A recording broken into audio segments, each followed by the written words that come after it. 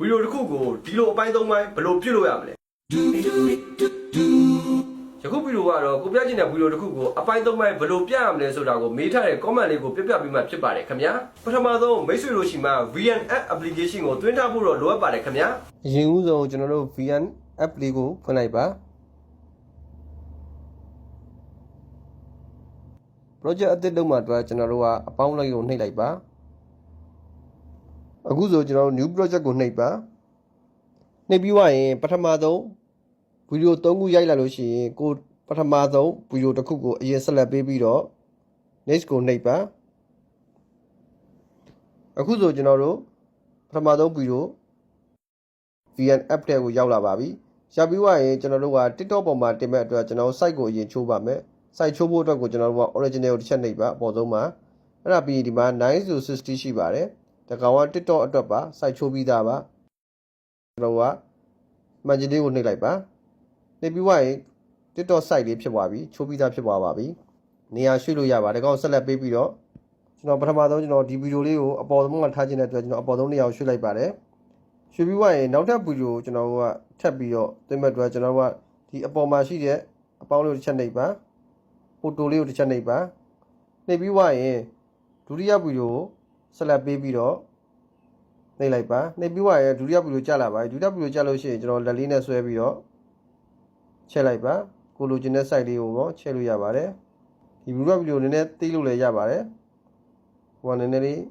သေးချင်တဲ့အတွက်နောက်တစ်ခုထည့်ဖို့ကြံသေးတဲ့အတွက်နည်းနည်းလေးပြန်သေးလိုက်ပါโอเคဒါဆိုရင်ကျွန်တော်ဗီဒီယိုနှစ်ခုရလာပါပြီအဲ့လိုပဲကျွန်တော်တတိယဗီဒီယိုထည့်ပဲအတွက်ကျွန်တော်ကဒီအပေါင်းလေးတစ်ချက်နှိပ်ပါနှိပ်ပြီးွားကျွန်တော်ကဖိုတိုလေးကိုတစ်ချက်နှိပ်ပါနှိပ်ပြီးွားရင်ကျွန်တော်နောက်ဆုံးတတိယဗီဒီယိုလေးကိုတစ်ချက်နှိပ်ပါဒါဆိုကျွန်တော်တို့ကတတိယဗီဒီယိုလေးကဒီ VN တိုင်းတိုင်းနဲ့ဝင်လာပါဝင်ပြီးွားရင်ကျွန်တော်တို့ရောက်ကိုလက်လေးနဲ့ဆွဲလိုက်ပါဆွဲပြီးွားရင်ဒီမှာကိုယ့်ဘက်ကိုညှိလိုက်ပါ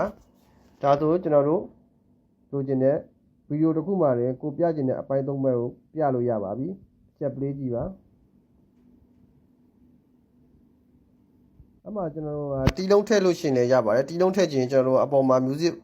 နေရာလေးရှိပါတယ်အပေါင်းလေးကိုတစ်ချက်နှိပ်ပါနှိပ်ပြီးွားရင်ဒီ VM မှာပါတဲ့တီလုံးတွေလည်းရှိပါတယ် music ကိုတစ်ချက်နှိပ်ပါဒီမှာကျွန်တော်ကိုကြိုက်တဲ့တီလုံးကိုရွေးလို့ရပါတယ် block ဖြစ်ဖြစ် pop ဖြစ်ဖြစ် dynamic ဖြစ်ဖြစ်စတဲ့ဒီမှာကိုထည့်ခြင်းတဲ့တီလုံးကိုထည့်လို့ရပါတယ်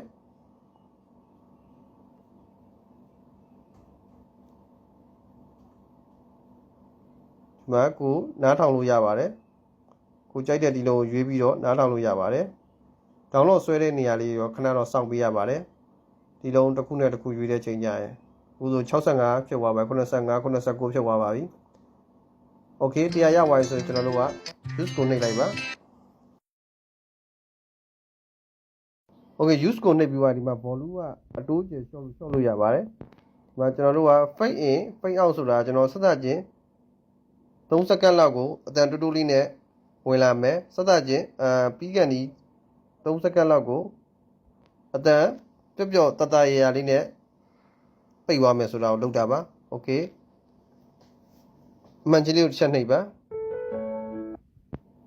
ကျွန်တော်တို့အစပြန်ပြီးတော့ပလေးကြည့်ပါ